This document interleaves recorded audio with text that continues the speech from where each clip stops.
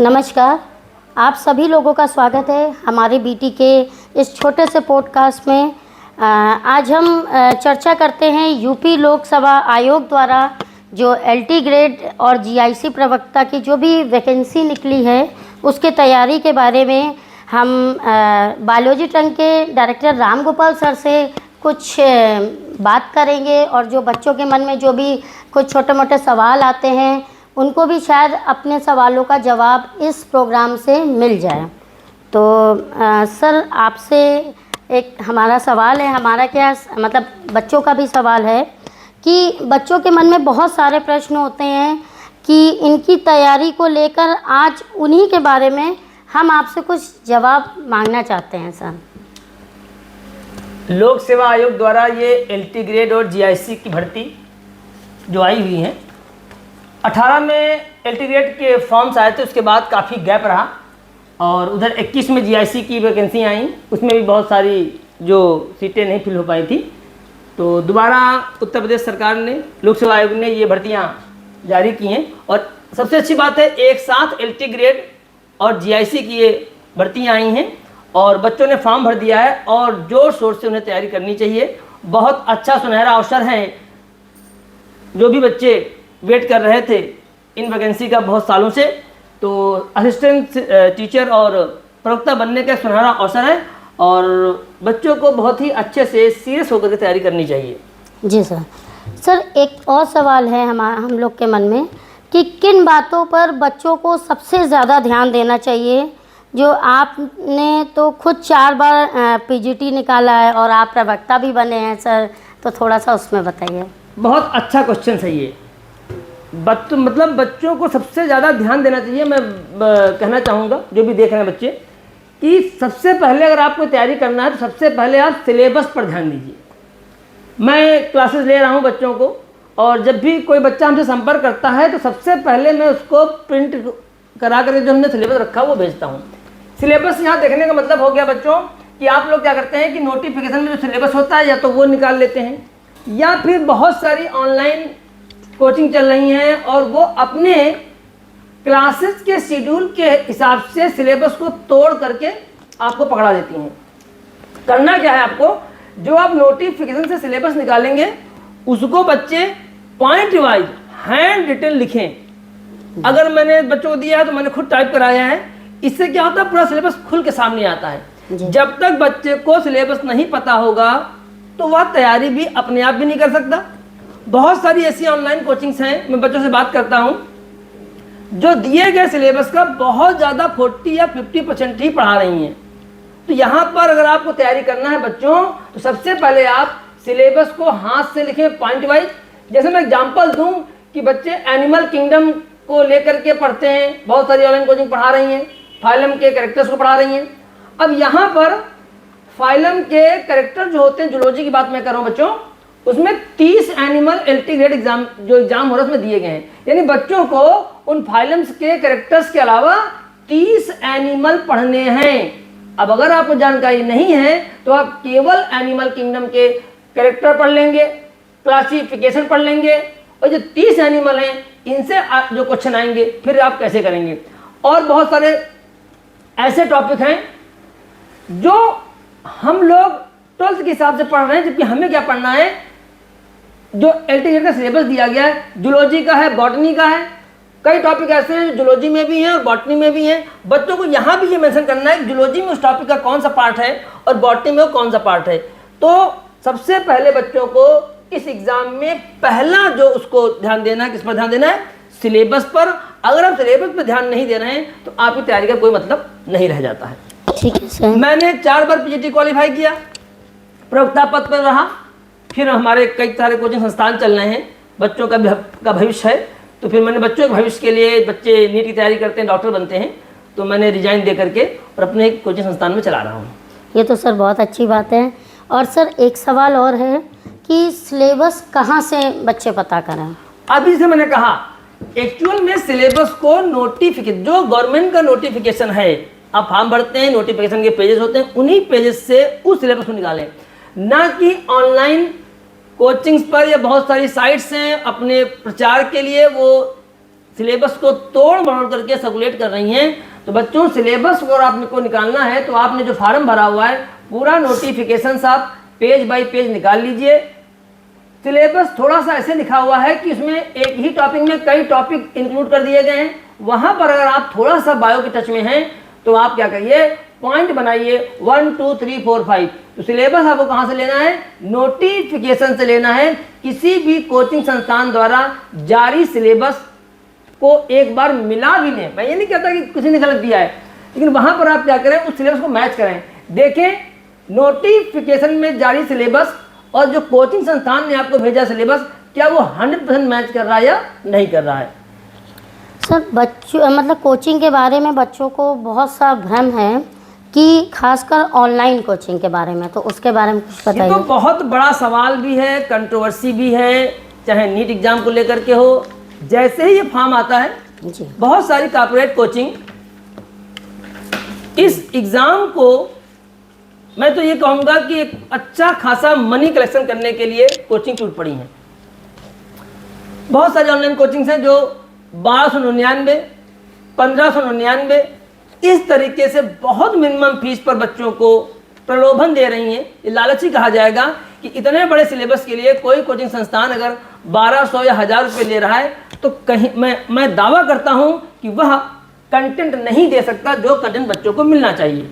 तो बच्चों को यह ध्यान देना है कि अगर वो कोचिंग करने जा रहा है तो केवल यह ना देखे कि 799 999 की कोचिंग है, सस्ती है। फीस के बारे में पहले पूछ रहा है।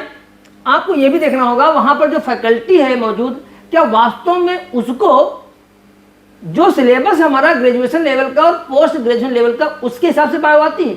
बहुत सारे ऐसे टीचर हैं, मैं आपको बताना चाहूँगा कि जो लोग इन एग्जाम्स में भी बच्चों को कंटेंट दे रहे हैं 12th वाला। एक दो बच्चे, कई बच्चे हैं प्रयागराज के हैं, हमसे संपर्क में हैं, लखनऊ के हैं, कोचिंग भी कर रहे हैं। उन्होंने बताया भी है कि कुछ लोग एनसीईआरटी पढ़ाने लगे। यहाँ बात एनसीईआरटी की नहीं है, यहाँ किसी बुक की बात नहीं, यहाँ पेपर आएगा सिलेबस से। तो बच्चों अगर आप ऑनलाइन कोचिंग करना चाह रहे हैं तो कृपा करके ये 999 कोचिंग, मैंने इनको कहा है 999 कोचिंग के चक्कर में न पड़े।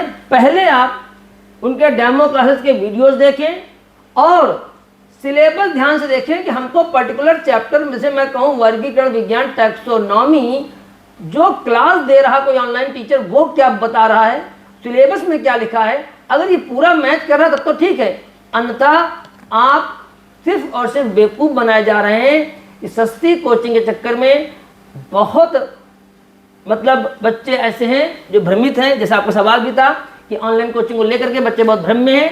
तो प्रयास करें, एक अच्छे कंटेंट और अच्छे टीचर की तलाश करें और वहाँ पर जो भी वो फीस ले रहा हो, बहुत ज़्यादा भी नहीं तो बहुत कम भी नहीं, कोई भी अच्छा टीचर होगा तो बहुत कम फीस नहीं लेगा, ये नॉर्मल सी बात है।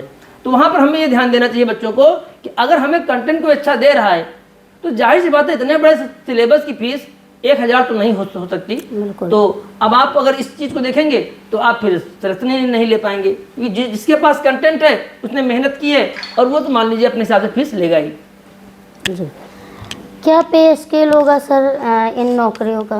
देखो LT ग्रेड है आपका, GIC प्रवक्ता है जी, अभी करंट में, ये मान के चलिए जो भी टीचर हैं और करंट में 7वां वेतन आयोग के आधार पर बच्चों को 70,000 प्लस इसकी सैलरी है। अभी 8वां वेतन आयोग आने वाला है, तो उम्मीद है कि 8वां वेतन आयोग अगर 26 में आता है तो यही जो LT ग्रेड का पद है या GIC प्रवक्ता का पद है उसमें कम से कम बच्चों को 90,000 यानी 90,000 पे स्केल होगी। और ये इतना बड़ा अवसर है, इतने बड़े अवसर को बच्चे अगर गंवा रहे हैं तो फिर ये जो कहते हैं ना कि मौका या अवसर ये बार बार नहीं आता। बहुत सीरियस हो जाओ बच्चों। मैंने हमेशा कहा है बच्चों को कि सफलता का 2 ही मंत्र है, S²। एक S का मतलब मैंने बच्चों को बोला है सिलेबस और दूसरे S का मतलब हमने बोला है सीरियस। सिलेबस के साथ जो सीरियस होगा वह एग्जाम को निकाल पाएगा। बिल्कुल, बहुत अच्छी बात बोली सर आपने। सर एक क्वेश्चन और है कि LT ग्रेड और GIC में क्या अंतर है। LT ग्रेड जो 9th और 10th के टीचर होते हैं इन्हें हम लोग बोलते हैं सहायक अध्यापक या असिस्टेंट टीचर। GIC प्रवक्ता ये लेक्चरर होते हैं जो 11th और 12th के बच्चों को पढ़ाते हैं। जी सर। सर प्रयागराज में इस समय जो कोचिंग का हब है, आपकी उसके बारे में क्या राय है? देखो, प्रयागराज इन कोचिंग के मामले में वाकई एक हब है। आर्ट के बहुत सारे सब्जेक्ट होते हैं, कॉमर्स के होते हैं, तो ये कानपुर शहर है, यहाँ पर आप देखते हैं इंजीनियरिंग और मेडिकल का हब है। हम जैसे लोग बीएससी एमएससी पढ़ाते रहे हैं, तो हम लोग हर साल जब ऐसी वैकेंसी आती है तो पढ़ाते हैं। लेकिन अब उस हब के चक्कर में क्या है, कंपटीशन है जी। हजारों कोचिंग्स हैं। यहाँ पर जो सिलेबस है वो ग्रेजुएशन और पोस्ट ग्रेजुएशन लेवल का है। तो ऐसा टीचर जो वाकई बीएससी और एमएससी को उसने कई सालों तक पढ़ाया हो, वह टीचर ही इन एग्जाम्स को पढ़ा सकता है। कोई ये कहे कि 12th के बच्चों को पढ़ाने वाले या नीट पढ़ाने वाले, वो लोग उस कंटेंट को नहीं दे पाएंगे कि यहाँ का जो सिलेबस है वो हमारे बीएससी के 3 साल का सिलेबस है, एमएससी का सिलेबस है। तो प्रयागराज की कोचिंगों में ऑनलाइन बहुत सारी सस्ती कोचिंग्स हैं। मैं बच्चों को कई बार दिखाता भी हूँ वीडियो कि देखो, आप जो पढ़ रहे हो क्या वाकई ऐसा एलटी ग्रेड में आएगा। तो कोचिंग ज्वाइन करने से पहले बहुत सस्ती फीस चक्कर में ना पढ़ें, वीडियोस देखें, डेमो क्लास देखें, और अगर आपको लगता है कि हाँ वाकई कुछ मिल रहा है तभी कोचिंग ज्वाइन करें। अन्यथा फिर तो मैं यही कहूँगा कि आप किताबों की हेल्प लें और सेल्फ स्टडी पर फोकस करें। उससे हो सकता है कि आपकी तैयारी बेहतर हो जाए, क्योंकि अभी सुनने में आ रहा है कि उत्तर प्रदेश माध्यमिक की भी, टीजीटी और पीजीटी की भी बहुत बम्पर वैकेंसी आने वाली है। Okay sir. सर ये नोट किस तरह से बच्चों को बनाने चाहिए? हाँ, ये बहुत महत्वपूर्ण सवाल है बच्चों कि नोट्स। अब आप कहेंगे बार बार मैं प्रयागराज का नाम क्यों ले रहा हूँ। बहुत सारे बच्चे प्रयागराज कोचिंग के हमारे संपर्क में आए, उन्होंने हमारी कोचिंग ज्वाइन की। एक्चुअल में कंटेंट हमारे पास जितना कम होगा, रिवीजन उतना ही बेहतर कर पाएंगे हम लोग। तो ऐसा भी नहीं है कि आप कहते हैं थ्योरी के फॉर्म में लोगों ने नोट्स बनवा दिए हैं 8, 10, 20 रजिस्टर। ऐसा नहीं करना आपको, पहले प्री निकालना आपको। तो प्री के लिए करना क्या, आपको कंटेंट बहुत कम रखना है। फ्लो चार्ट के फॉर्म में नोट्स बनाने हैं, पॉइंट वाइज नोट्स बनाने हैं, एमसीक्यू के फॉर्म में नोट्स बनाने हैं।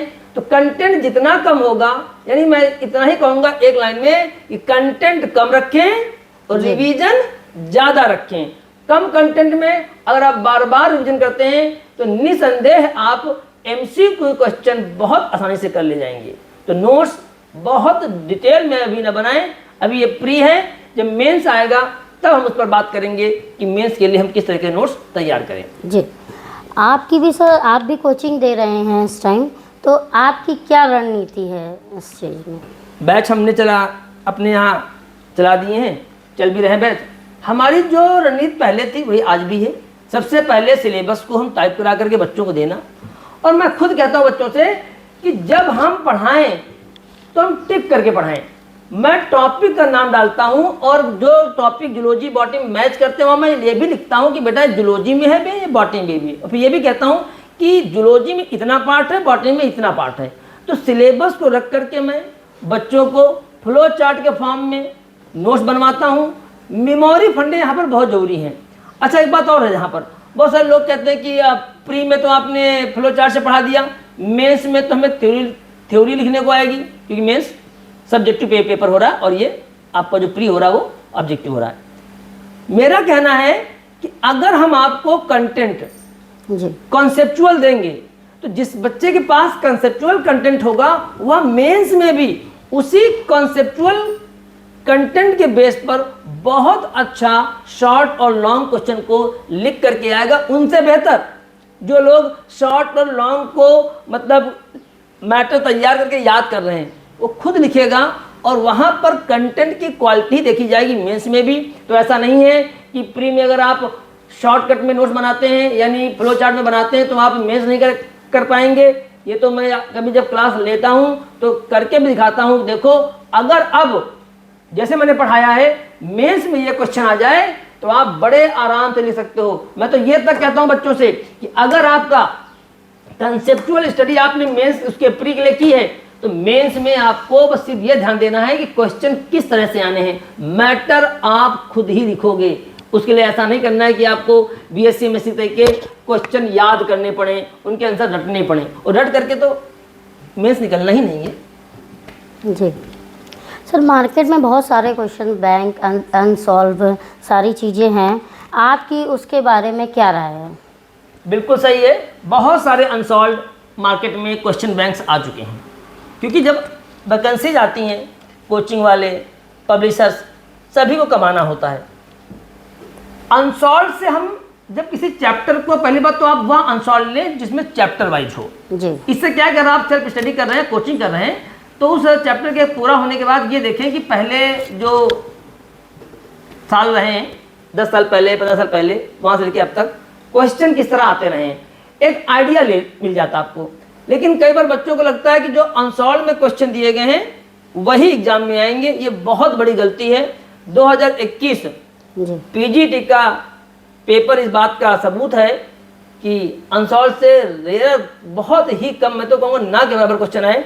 अनसॉल्व आपको ये बताने के लिए होता है कि ये क्वेश्चन आ चुके हैं और जो नहीं आए हैं उन पर ध्यान देना है, जबकि यहाँ उल्टा हो रहा है। बच्चे उन क्वेश्चन को बार बार याद कर रहे हैं जो अनसॉल्व में, जो पहले एग्जाम में आ चुके हैं, क्योंकि कहीं ना कहीं एग्जाम्स में अगर मैं कहता हूँ क्वेश्चन रिपीट भी होते हैं तो 50% क्वेश्चन नए बनते हैं और हमें नए क्वेश्चन के लिए पढ़ना है। सिलेक्शन उन बच्चों का होता है जो पुराने क्वेश्चन को रट के नहीं जाते, बल्कि पुराने क्वेश्चन के बेस पर नए क्वेश्चन को तैयार करके जाते हैं। तो आप अनसॉल्व ले लीजिएगा, कोई दिक्कत नहीं है, और अनसॉल्व लीजिएगा चैप्टर वाइज, ताकि अभी आप चैप्टर के साथ तैयारी करें। बाद में कुछ मॉडल पेपर वगैरह आते हैं, बस ये बात ध्यान रखिएगा कि अनसॉल्व में कई आंसर्स गलत होते हैं, तो उन्हें अपने टीचर के साथ एक बार कंसल्ट कर लें, या फिर खुद भी उनको सर्च करें कि वाकई किसी आंसर में अगर आपको डाउट है तो बिना कंफर्म किए उस आंसर को याद ना करें। बिल्कुल सर। सर, आप एलटी ग्रेड और जीआईसी प्रवक्ता के बच्चे जो तैयारी कर रहे हैं उनको क्या संदेश देना चाहेंगे? आपने जो आज यहाँ पॉडकास्ट किया, लगभग सारी बातें मैंने क्लियर कर दी जी। अब हम उन्हीं बातों का अगर हम एक समरी के फॉर्म में बोलें तो बच्चों, सबसे पहला काम है सिलेबस को हाथ से लिखें। मैं बार बार कहता हूँ, जिस बच्चे का मेरे पास फ़ोन आता है, मैसेज आता है कि सर मैं उससे पूछता हूँ सिलेबस पता है, हाँ सर पीडीएफ में है मेरे, तो मैं उसको डांटने लगता हूँ कि मोबाइल में नहीं सिलेबस मुझे टेबल पर चाहिए, वो भी हैंड रिटन चाहिए। जिस दिन आप सिलेबस को हैंड रिटन कर लेंगे, अब विश्वास मानिए आप ये जान जाएंगे कि एक्चुअल में सिलेबस क्या है और हमें क्या पढ़ना है। दूसरी बात, ये 999 कोचिंग, सस्ती फीस वाली कोचिंग से बचें। कंटेंट बेहतर आपको चाहिए। कोई भी टीचर जिसको कोई नीट पढ़ाने वाला है, कोई इंटर पढ़ाने वाला है, आज वह जीआईसी प्रवक्ता या एलटी गेट की यूट्यूब चैनल पर आकर के पढ़ाने लगा है। तो इतने आप, क्योंकि वो जानते भी हैं अब मैं बहुत ज़्यादा फीस लेता हूँ, वो बच्चे में दे भी रहे हैं।